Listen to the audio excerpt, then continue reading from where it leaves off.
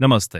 भारत के light combat aircraft तेजस MK2 के लिए इंजन डील इस समय चर्चा का विषय बनी हुई है। अमेरिका के साथ F414 इंजन के सौदे को अंतिम रूप देने की तैयारी चल रही है, जिसमें 80% टेक्नोलॉजी ट्रांसफर का अहम प्रावधान है। लेकिन अब फ्रांस ने की कंपनी साफरान ने इंजन की पेशकश करके इस खेल में एक नया मोड़ ला दिया है, जिसमें पूरी तकनीक देने का वादा किया गया है। अगर भारत फ्रांस के प्रस्ताव को मानता है तो उसे कुछ बड़ी चुनौतियों का सामना करना पड़ सकता है। तेजस का एयरफ्रेम पहले से ही F414 इंजन के हिसाब से तैयार किया गया है। अगर फ्रांस का इंजन इस्तेमाल होता है तो इसमें बड़े बदलाव करने होंगे, जिससे प्रोजेक्ट में देरी और लागत दोनों बढ़ सकती हैं। फ्रांस के इंजन को तेजस में फिट करने के लिए भारत को तकनीकी रूप से काफी मेहनत करनी होगी। ये कदम अमेरिका को एक सीधा संकेत हो सकता है। भारत की तरफ से ये एक प्लान बी है। अगर अमेरिका F414 डील में टेक्नोलॉजी देने में आनाकानी करता है तो भारत के पास फ्रांस का विकल्प खुला रहेगा। ये एक तरह से अमेरिकन को दिखाना है कि भारत सिर्फ एक देश पर निर्भर नहीं है, बल्कि उसके पास कई विकल्प मौजूद हैं। पिछले कुछ समय से अमेरिका और भारत के संबंधों में थोड़ी खटास आई है, इसीलिए भारत इस तरह के कदम उठाकर अपनी बात को और मजबूती से रख रहा है। फ्रांस के इस कदम के पीछे कई रणनीतिक कारण हैं और इसमें अमेरिका से बदला लेने की बात भी शामिल हो सकती है। AUKUS deal. कुछ समय पहले ऑस्ट्रेलिया ने फ्रांस के साथ पनडुब्बी डील रद्द कर दी थी